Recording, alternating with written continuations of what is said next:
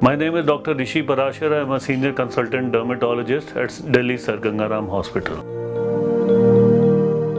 Prickly heat rash or sweat rash are all the same. They are inflammations found on the skin during summer and humid months of the year. About 30% of our population during summers has some kind of a itchy, uncomfortable rash all over the exposed parts of the body as well as the covered parts of the body, and they can happen in small children, patients who are immobilized, people who are working in hot humid environments, or people who are wearing tight too many layers of clothing during summer seasons. Wherever the sweat gland is blocked, this kind of a heat rash will come. There are various kinds. In small children we have Miliaria crystallina, a kind of prickly rash which happens in small children, where the sweat gland leaks sweat out in the topmost layer of the skin. This happens in children. It looks like a crystal. The other one is Miliaria rubra, which we commonly call as prickly heat. This is also the sweat gland leaving behind sweat in the topmost layer of the skin called epidermis. This is red, itchy, and this is the most common one that we see in the people around the neck, groins, armpits, all the folds of the body, as well as the covered areas of the body which are under sweat and under occlusion.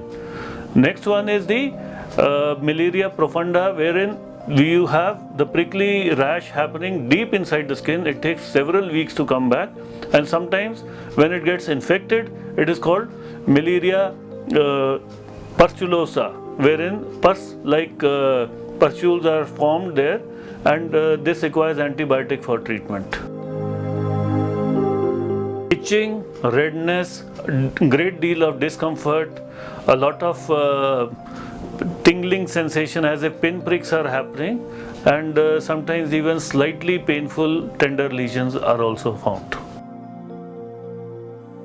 Prickly heat rash is happening in hot and humid environment. Anybody who gets away from hot and humid environments is at an advantage.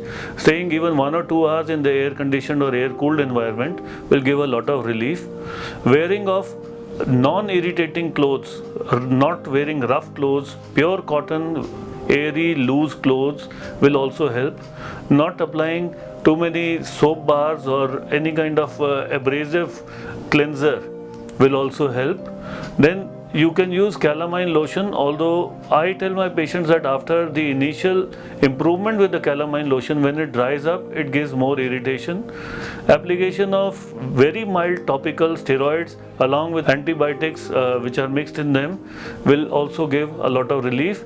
If the patient has malaria or the prickly heat which has gotten infected by staphylococcus, then we need to give antibiotics orally also, and use of antihistamine tablets wherein the itching can go down will also help. But staying away from heat and humidity and wearing loose clothes and keeping cool environmentally would help a lot.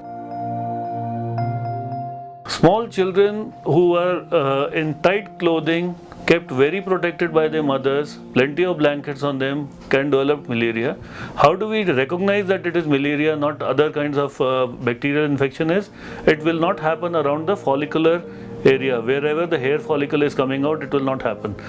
People with paralysis, people with bone problems, people with heart attacks, or any other way where the patients cannot move around, they will also have malaria on their back or other areas which are totally pressed between the body and the bed.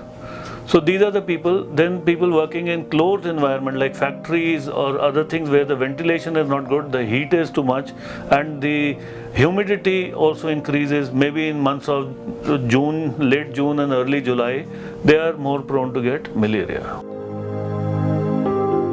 We have to keep away from hot and humid area. Even 1 or 2 hours in the air conditioner or the air cooler will help the patient immensely. Removal of wet clothes, tight clothes, wearing of pure cotton, airy, loose clothes will help the patient a long way. Application of calamine lotion, though controversial, still can be used by the masses. Use of antihistamines or antibiotics, along with, in extreme cases, local topical steroid creams, along with antiseptics or antibiotics will help the patients with malaria.